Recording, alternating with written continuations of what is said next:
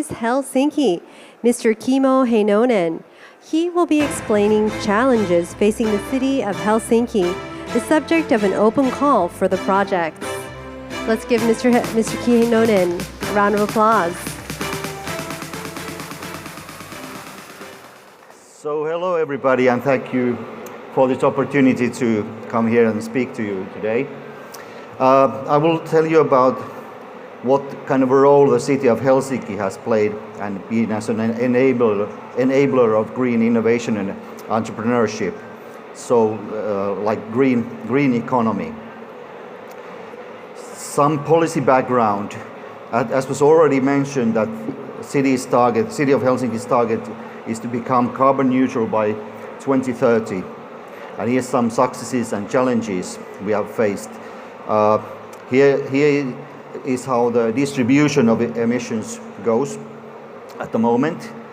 Heating, because of the cold climate, and our northern location, heating is the biggest source of CO2 emissions in Helsinki. The second largest is traffic, after which there will be electricity consumption and municipal waste.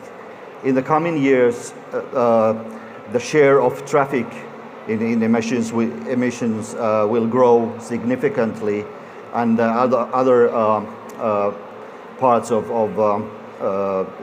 emissions will be decreased. We have been more successful in reducing emissions in those sectors. So traffic is a bit of a challenge at the moment. Here's some the main focus areas of Carbon Neutral Helsinki 2030 program. Heating, we have some success factors there. We have been able to energy renovate privately owned apartment buildings, and the Helsinki energy company Helene Ltd has a new strategy and invests heavily on reducing the emissions in Helsinki.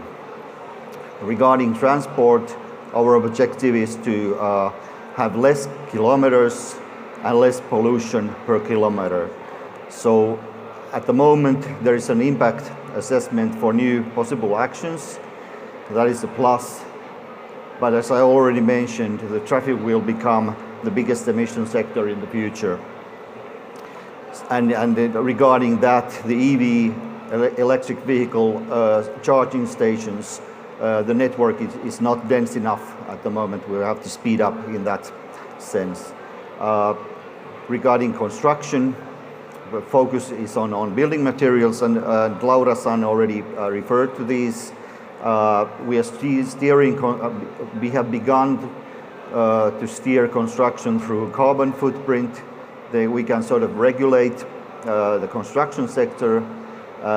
There will be more and more low carbon concrete available, and circular construction has a lot of potential at the moment. But the market is still developing. So this is briefly the background. I will move on to this green economy, the main section of my presentation.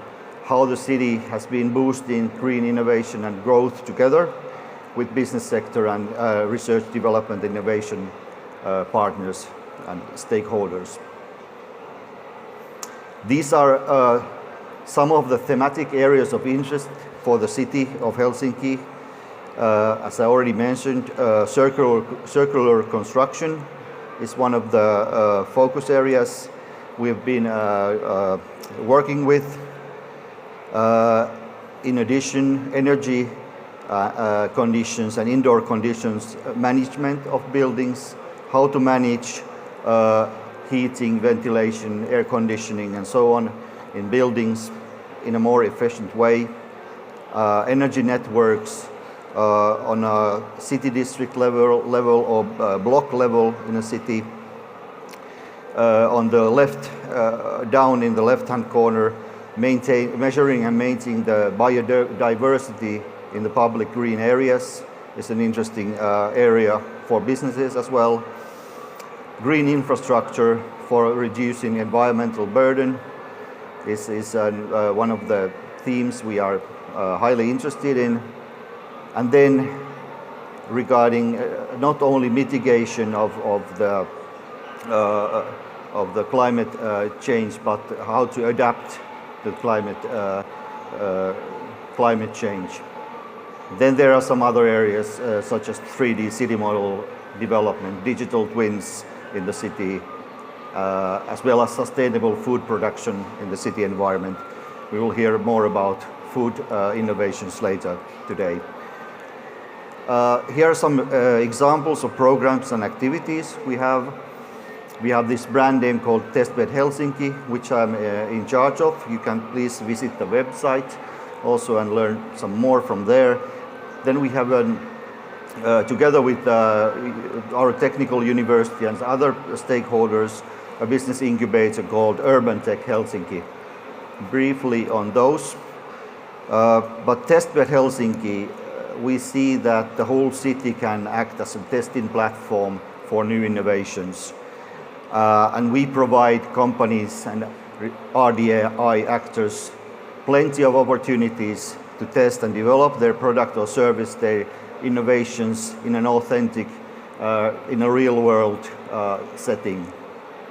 We're looking for innovative and scalable solutions to global challenges.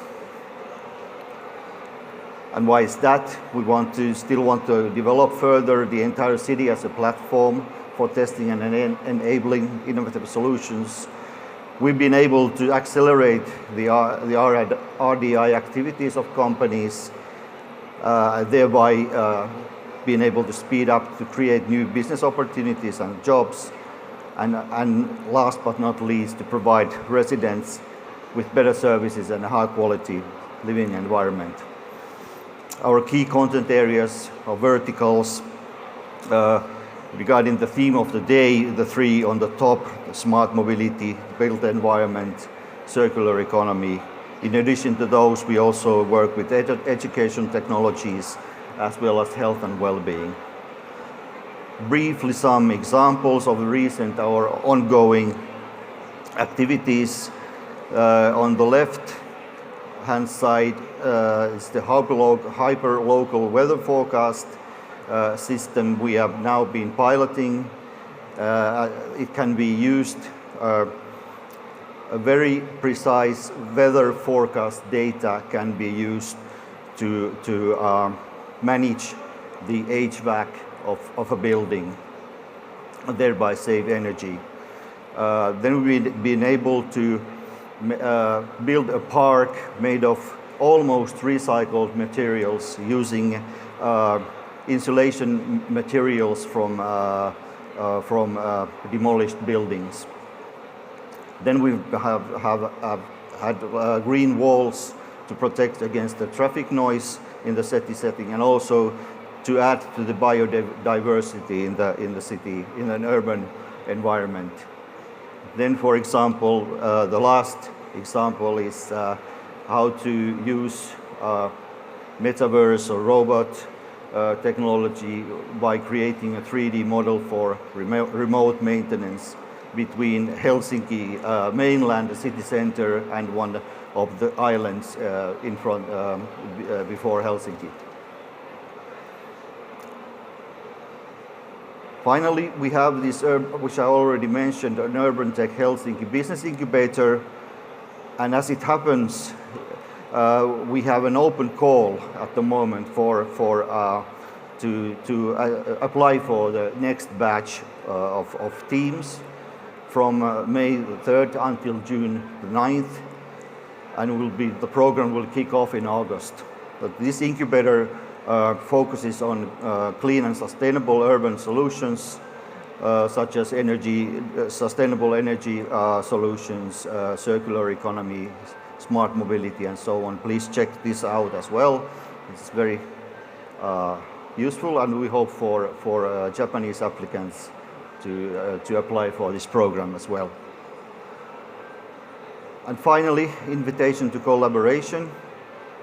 These are examples of benefits we can offer to our Japanese partners, like Testbed Helsinki services, business information and consultancy for startups, matchmaking and networks, introduction to the Helsinki ecosystem, some personal assistance, how to set up, how to establish an EU company in the EU region, possibly Schloss 2024 tickets, and some office space available during the pilot phase of the companies we select this our shared program with the Tokyo Metropolitan Government. And more about Maria 01 will follow right after me. So thank you very much for your attention, and thank you for the opportunity to speak in this event. Thank you.